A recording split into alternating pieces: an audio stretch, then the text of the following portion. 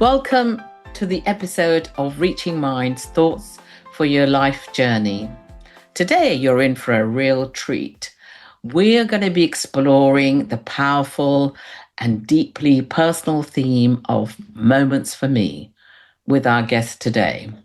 This is all about how we take a pause, listen inwards, and make space for real change. We'll be reflecting in this episode on the courage it takes to make intentional decisions, the strength it takes to walk away from things that maybe aren't aligned to us anymore, and looking for something that's more transformational, and choosing authenticity over comfort.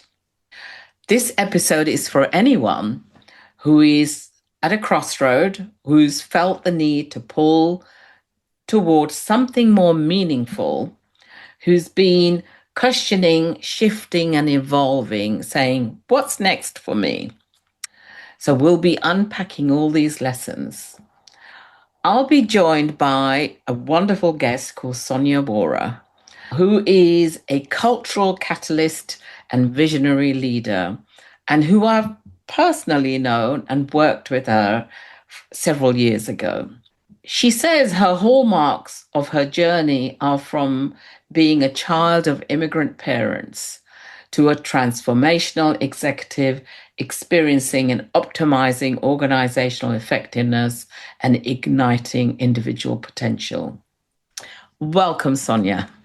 I think as I reflect back, I could see many points in my life where I had that, but really most recently was late last year when I came to the realization that it was time for me to leave my organization. I was the chief HR officer at the Gates Foundation. I had been there for 5 years. I had I did what I had come to do. I had achieved a great deal, not on my own, with friends, with support, with my team. But I also saw the organization turning towards a new chapter and really having to think, do I want to re-enlist? That's the phrase that I use. Am I ready to re-enlist for the next 5 years? This wouldn't be a 1 or 2 year gig, if you will. It would be another 5 years. And it was it was almost like I was trying not to have those thoughts, because what I was afraid of happening was leaving the stability, of leaving the association with such a prestigious organization, and leaving the team that I had spent so many long hours with in the trenches, rebuilding the team, doing this sort of big, hard, complicated work. For a long time, I didn't want that voice to come up, but it kept coming up insistently.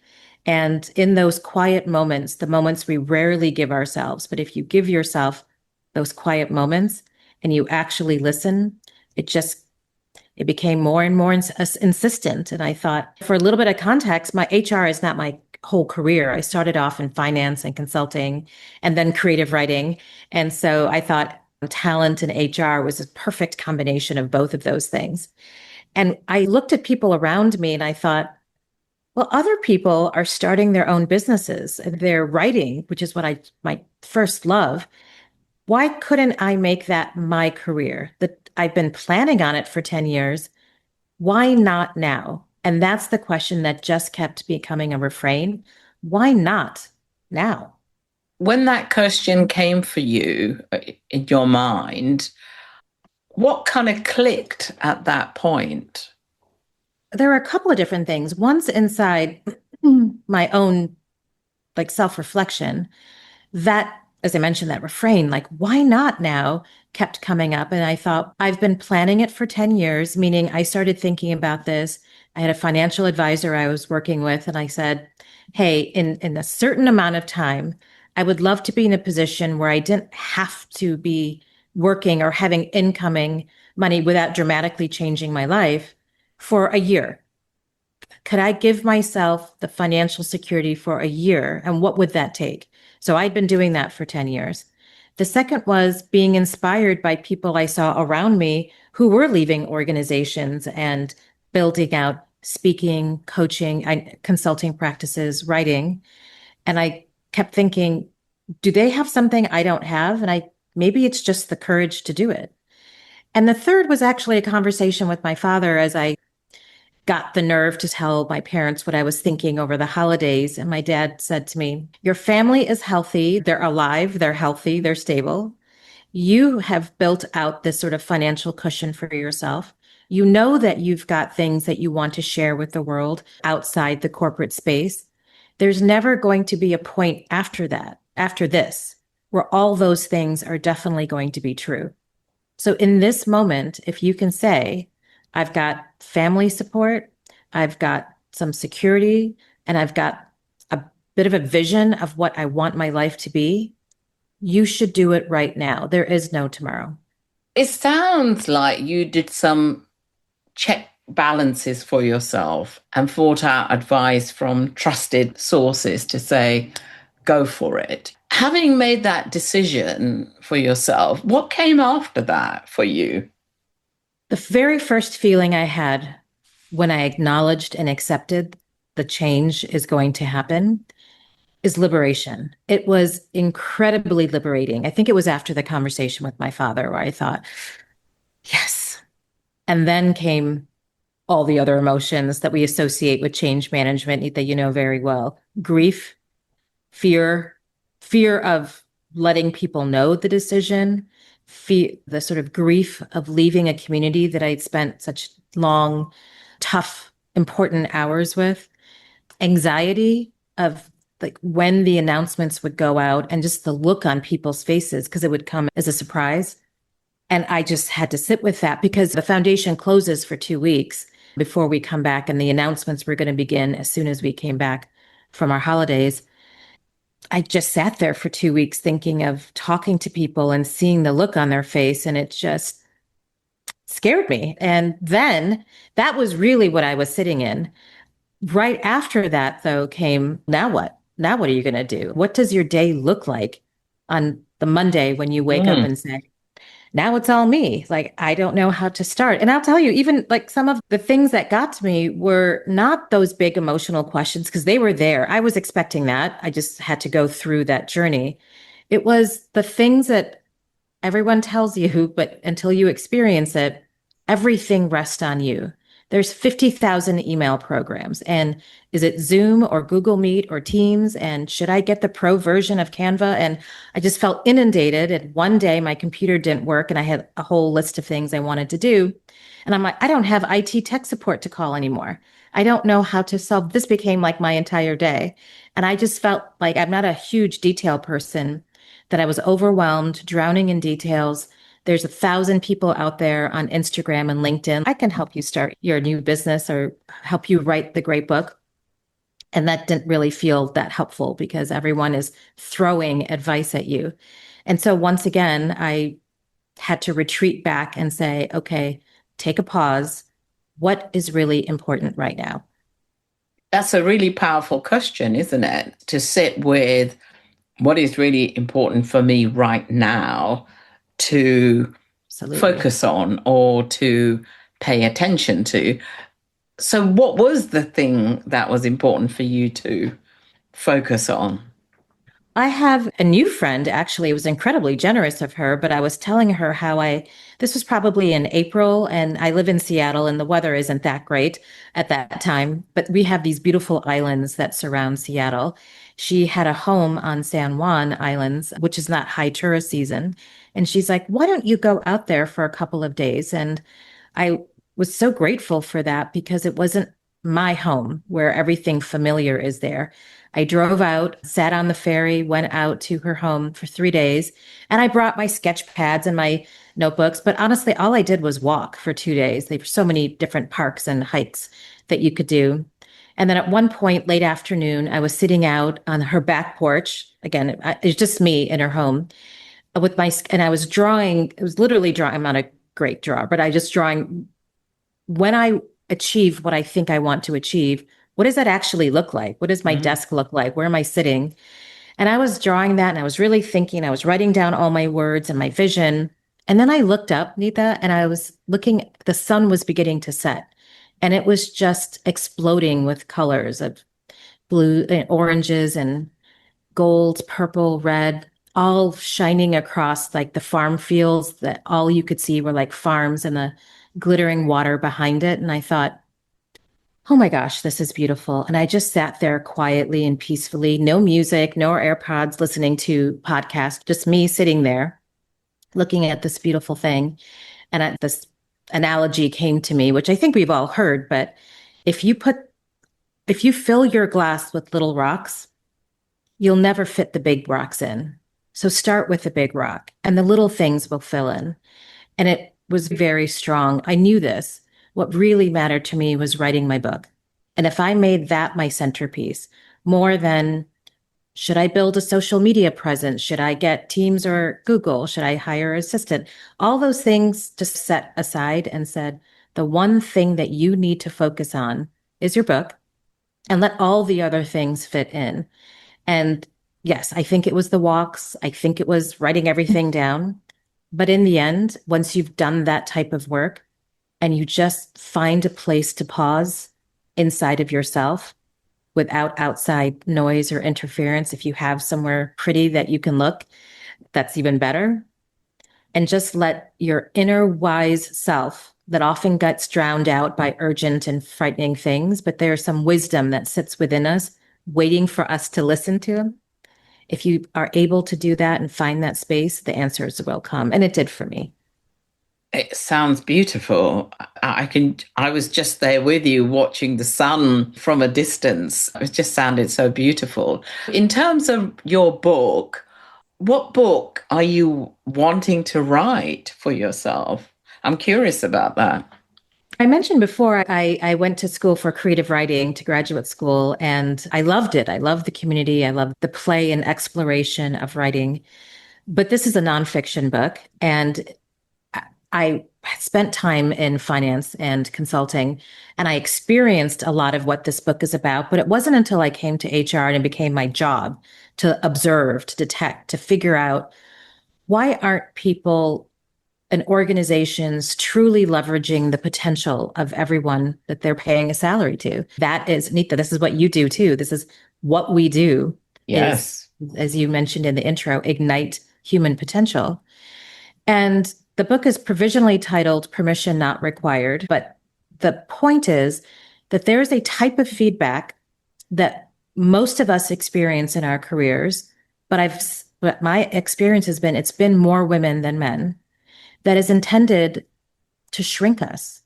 It's about our personality, not our performance. So the stories are based on things that many of us have heard. You're too intimidating. You're too quiet. You're too bossy. You're too ambitious. You're too emotional. And each of the chapters are filled with stories of women that I know, but also what to do so you don't internalize and think about it for decades, which many of the stories from women that I spoke to, that's what happened to them. And what is a systematic way to pull it out of you and examine it?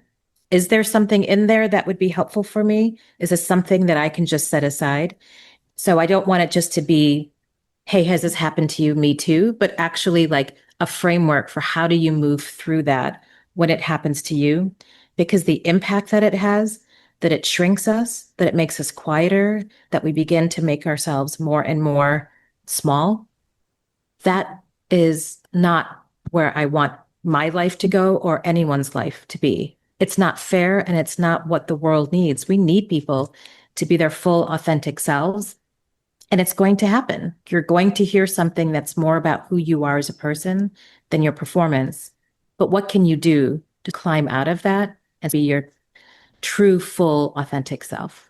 Sounds like an amazing book that all of us can lean into and actually have some strategies around how can Yeah. we pull ourselves out of it. So at what stage is your book at now? So the first draft is done. I have a few more stories that I'm going to incorporate. And then I do one huge, which will probably take a few weeks, but like passing all the way through to a really good first draft, I hope. And then it goes to the editor, comes back to me, proofreading, and hopefully it will be published. We've got the holidays coming up, which will slow things down, but Q1 or early Q2 of next. Wow, so it's on its way, really. It's definitely on its way. Yeah. Because So that's when I said, Stop dividing your time because, and I don't know if you experienced this, Nita, but when you're first starting out, you feel like you can't say no to anything. Someone's Yes. take this client, take this Yes. article, take this speaking. I mean, these are all fun things for me, and I was having fun, but I was beginning to think there's no strategy here. It's just do it. And it's, but what am I doing? What exactly am I building towards? I know, because one of the things that we were talking about previously was how a lucrative assignment came in your direction. And for a moment, you were really seriously considering it. So tell me a little bit about how you realigned yourself into thinking in another way and didn't get tempted by the sort of the shiny gold, really. Eh, I'm smiling because I just think of this. I do believe the universe works in mysterious ways. And as I had mentioned, I had planned for 10 years to give myself this year without having to overly worry about start making money somehow. But for whatever reason, about a month ago, I just got this certain wave of fear of, oh my gosh, you better start making some real money. You better start doing something. There was no reason for it. There was no trigger for it. It just happened. At that moment, I get a reach out from a recruiter for a job, which the cash package would have been double what I was making at my previous role. It was an eye-popping number. It was for a CHRO role for a wonderful organization based here in Seattle. And I wasn't taking recruiter calls, but the money was so eye-popping that I thought, wow, I should at least take the call.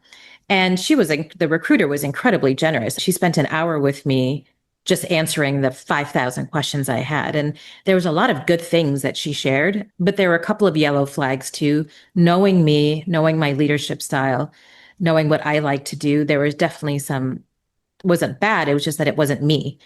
And so I said, if can I think about it for a few days? Because the next step would have been send in my resume, have her interview me. And so she said, of course. And so I took a couple of days. I happened to have a friend visiting, and a couple of friends were saying, well, it doesn't hurt to interview. And I thought, it's true, but I know myself. Like it's me. I'm not saying this is true for everybody, but I know for me, two things would happen. I wouldn't feel really great about it entering into a interview when I wasn't quite sure if I wanted the job. And B, I know that I could find reasons to say yes. And even that question was because you want to say no. And so I started asking myself, if this was paying half of what they're offering, would you take the job? Is it just about besides the money, what is exciting you about this? And the answer was, it's a very cool opportunity for somebody who is very excited about it, and I am not. So why would I take the next step? Why would I let myself be put in a position where I'd find reasons like, but they were really nice and I could do it for 2 years. I don't want to start a job with a deadline in my mind. And so I listened to what, again, my body and my mind were saying, which was a big not interested. There was no strong emotion. It was more like, eh. And so I sent the recruiter an email on Monday and said, thank you so much, but it's not right for me. It's not the right time as I'm building my own business. And after I hit send, I was like, oh God, can I take that back? Should I take that back? I had that momentary, that's your hindbrain, right? Like your Yeah. amygdala, the Yes. flight or fight Yeah. instinct saying, wait, no. And then no, take a deep breath. It's okay. This is coming from I understand this is not going to be true for everybody, but if you aren't in a situation where you have to have a job for safety, for security, for food, but you actually could have a little bit of choice, then I have found in my career, because I've made this mistake, that if you make decisions mostly because of the reward, that sort of external reward, money, title, corner office, company that has a prestigious name, it doesn't work out. You are not happy because those external validations are not what gives us fulfillment or purpose. So let's expand on that a little bit, because I think you're saying something really powerful, that it's more, those external things are really could be important, but they're not. So, what would you say are the real essence? Because I also hear you talking about your own, what I would say is your own intuition. You talk about listening to your body. So, what is it that, someone listening to this can tap into? That reminds me of my first HR job was at Northern Trust in Chicago, and there was a woman who had just been promoted to president. There weren't as many female presidents, and she had already president of a division, and she had already demonstrated her deep care for other people. She was a mentoring advocate. She always made time and space for career conversations. And even though I wasn't in her division and she was busy, I thought, well, I could put half an hour on our calendar, get some career guidance, maybe have a mentor. And so I was meeting with her in her office, and she was asking me some questions, and I was rambling. I don't really know what wanted from her. And I wouldn't say she was getting annoyed with me, but there was definitely a hint of, what are you doing here? What do you want from me? And so she finally asked a question: what do you want in your next job? And I said, I love managing people. I want to work in a global environment, and I love building things. And she thought, that is the first clear statement that you have made our entire conversation.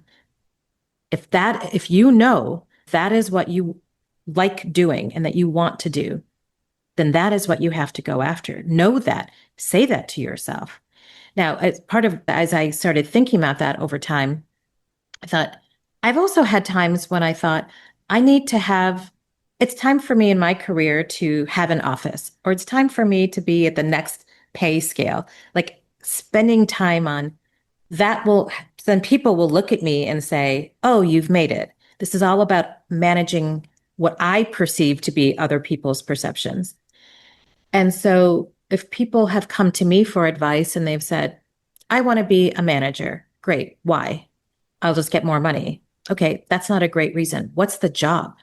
I want to be CEO. Okay, but what about the job do you want to do? That is where people need to spend their time, to move away from these external validations of title, positions, power, companies, money, and say, but what is it about the job that I actually want? What would excite me, that would fulfill me? Every job is filled with some percentage of nonsense that you don't like to do. That should be as small as you can make it. But if you can make if the majority of the role is, I love interacting with people, then don't take a job just because it's more money that has you sitting in an office analyzing data every day. You're going to be miserable after your first paycheck. So back to your point about listening to your intuition, to your body, because I didn't always have the experience to know. Instincts are experience that has become invisible to you. So I didn't always have that. So what you always have is listening to your body. And what's the difference between fear and excitement? They're very similar sensations, right? Like you get tightening in your stomach, a little pressure behind your eyes. But you do know the difference, because one comes with, it's lifting you towards joy, and the other is sinking you towards a depressive state. And it's sometimes as simple as, we'd never give ourselves time to just be quiet.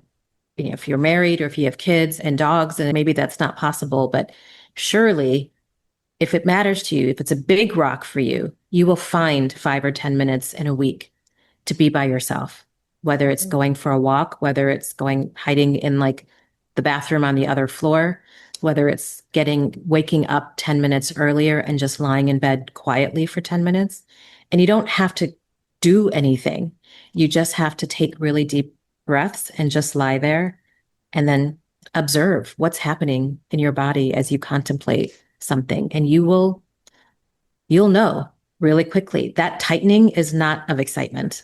That pressure behind my eyes is not leading me towards something positive. I think that is so true, because what that speaks to me is how often we distract ourselves with all the noise around us. And what we need to do in a small way is to quieten that, because you could have easily gone another 10 years and not written your book. Because, as I think Stephen Covey often says, what's important, what's urgent. And often we put off what's important to us on the back burner until the voice, what you were saying, gets louder and louder, that you can't ignore it. Yet Yeah. I am sure that I know people who do ignore it. It's not the right Oh, time. It's yeah. not the right place. I need to just get on. And they get to the end of their life and I think, what did I achieve around that?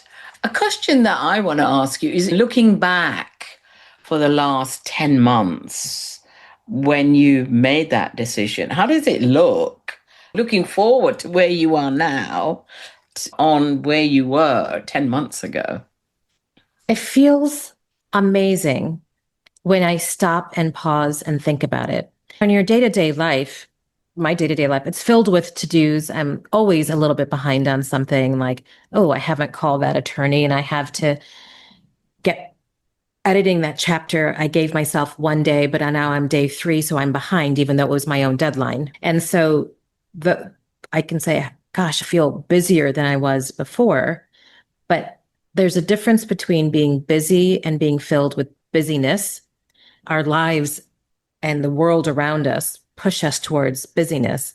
And if we feel like today, at least I got through my emails, at least I went to 15 meetings and I made sure that X happened, that's busyness. And oftentimes that is what our lives need to be because we have so many people coming at us in very different ways. But those again are the moments of but being productive, truly productive. It's not about doing more and one more book or one more meeting, or let me help that one person who is asking me to say yes to something, even though I literally have no time and I don't know how to say no. That isn't actually what builds that inner sense of movement, of fulfillment. It's just distracting us. It's another form of distraction. And so, again, I don't want to keep saying stop, pause, but really we have to. And we have to say somewhere along the line, what is stopping me from pausing? Why can't I say no? And no's, if no's are hard, you could say, if I say yes to this, here's what I would have to take off my plate for the next 2 days. Which is the better option, especially with a manager or something? You don't have to blanket say yes to every single thing. And there are times when we just do have to turn off the TV and turn off our AirPods and just be alone with our thoughts, which is also really scary. I have so many people who tell me that they can't meditate. And I was like, that doesn't make any sense. Everybody can meditate. It's just recognizing that I like to do walking meditations, which is just I walk without listening to anything, not for a really long time. And I'm not thinking about anything. I'm just looking around me. But it is recognizing that there is a deeper, wiser you inside of you. And all meditation tries to help you do, one form of it is every time those thoughts come in, you just let them float away. You don't have to do anything and you don't have to accomplish anything. You just have to be in that moment and then get up and go about your day. And so so in a long way to come back to your point, it feels really good, not in this high energy, excited way, but in a deeper, calm way where I know in a way that I never really knew when I was working for other people that I am on the right path. It's quiet, it's deep, it's solid, that wherever my path is taking me, if I'm being intentional about what I'm doing as much as I can in a day or a week, I am on the right path. I've never really had that before, and it's priceless. So I'm wondering, what have you let go of that was around for you previously to be in this place of stillness and peace, I think? One is it's an ongoing journey, Mm. but what does everyone else think about me? Now, I know what I know to be true, and this is the funny story that I tell myself is everyone's more concerned about the pimple on their face than the pimple on your face.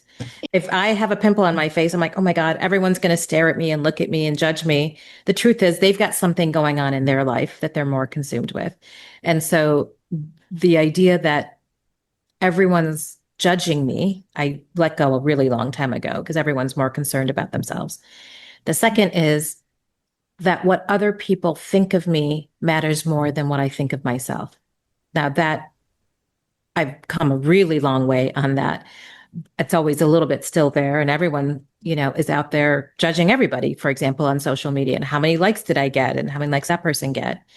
But I think that's the difference between, I heard someone say, perfection versus excellence. Perfection is about being perceived by other people as having no flaws.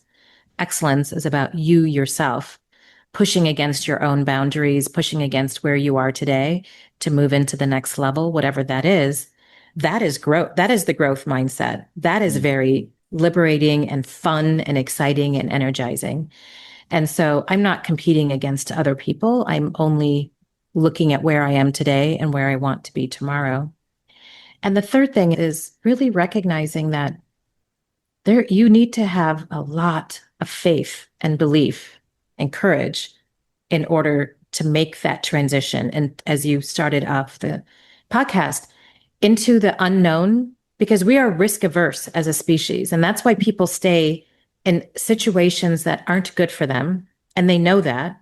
And I've met so many people who are so talented, who are so full of potential, who are so, whether they're quiet or loud or technical or inspirational, they are brimming with talent in a role that they've been in for too long. And the reason they don't move is because they're more afraid of the positive unknown than staying in the happy known. And if you have that inkling, that is the very first step. It's that very first seed that will say, I am standing at the doorstep of this new future that I can't see, but I'm going to believe that whatever it is, I will figure it out. If you're at that point, you're already miles ahead of a lot of other people. So probably to your question is, so what do you do at that moment? Yeah. And I think it's also around very aptly the moment for me and taking a leap of faith. And I love the way you frame that letting go of knowing what's ahead. Sometimes we have to do that. We have to have that inner trust, the inner knowing that maybe something else amazingly might happen while we're trying to figure out where we're going. And it's about trusting what is possible for us. Beautifully said. That's exactly right. It is faith. It is faith that what you know and who you are and what you bring, someone out there, something out there needs and wants that and will appreciate that. And yes, it will come with a different host of challenges, but do you believe that you can navigate that? And do you have the support network around you? It might be one person, it might be your journal, it might be your faith, but is because we all need a safety net at some point, somebody somewhere who will say, just keep going, you've got this.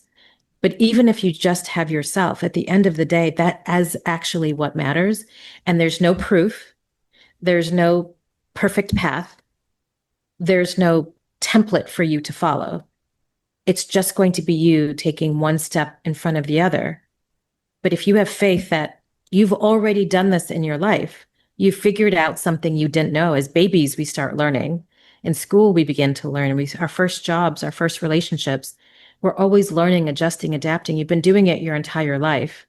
And so do you have faith that you will figure it out? And do you believe, because it is what happens, that doors will open for you that you never would have expected if you had stayed in your same spot. If you can't even imagine the good that's going to come, and you have the confidence or faith in yourself that I'll figure it out if I don't know how to handle it. If you've got those two things, which I hope you do, because everyone has that within them, that's how you take that first step through the doorway.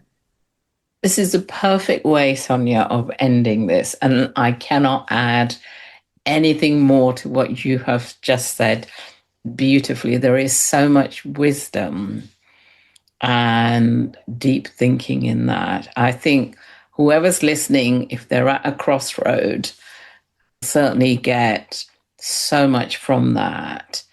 for themselves and listening to you're not unique. We all have it within us. And it's about tapping into that and trusting it. So thank you so much.